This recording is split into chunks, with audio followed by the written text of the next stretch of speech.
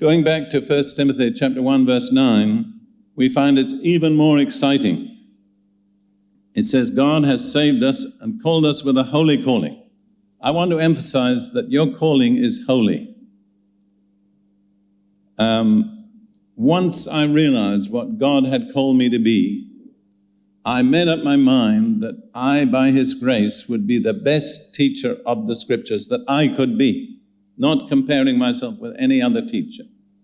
And for well over 40 years, my life has been shaped by my desire to be able to teach the Scriptures the best that I can.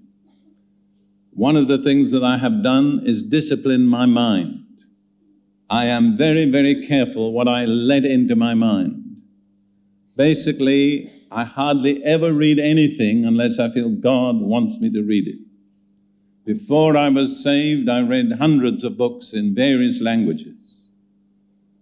But I'm not that way now. I very seldom look at a newspaper.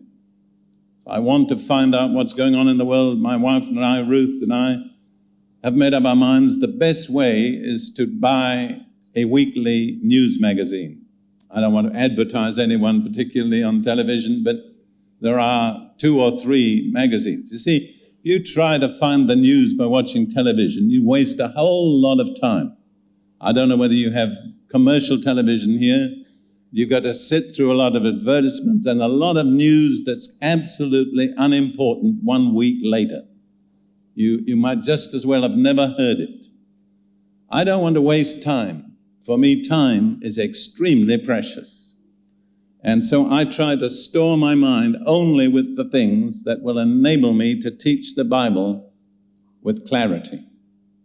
If I have one ambition, it's to be clear.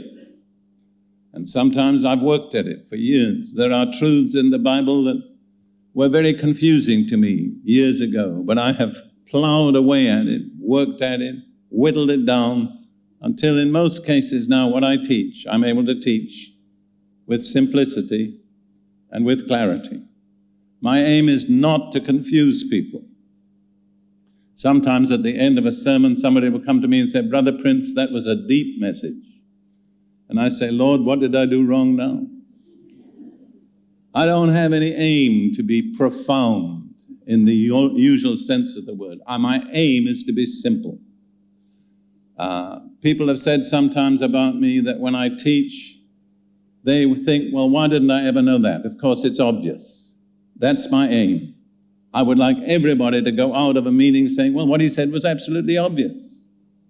I have no higher ambition than that. So I've disciplined myself. Let me give you an example from athletics.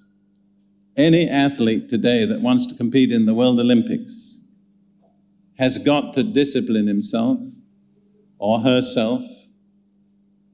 Such an athlete has to be very careful about what they eat, about the way they spend their time, the exercise they take, the things they read.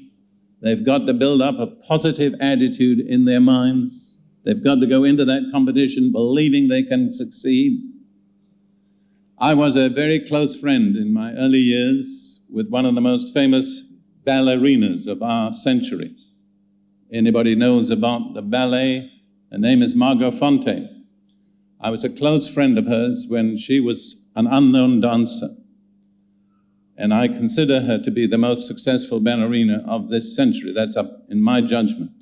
But I'm not surprised because I know how seriously she took her dancing. There were other ballerinas in the same company that perhaps had the same ability, but they didn't have the same dedication. Now, I'm not encouraging you to go into the ballet, but what I'm trying to show you is if you want to succeed, you've got to discipline yourself. You've got to order your priorities. You've got to eliminate a lot of things out of your life which are non-essential.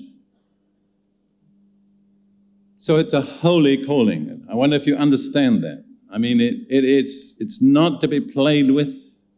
It's not to be bartered for anything else. It's holy.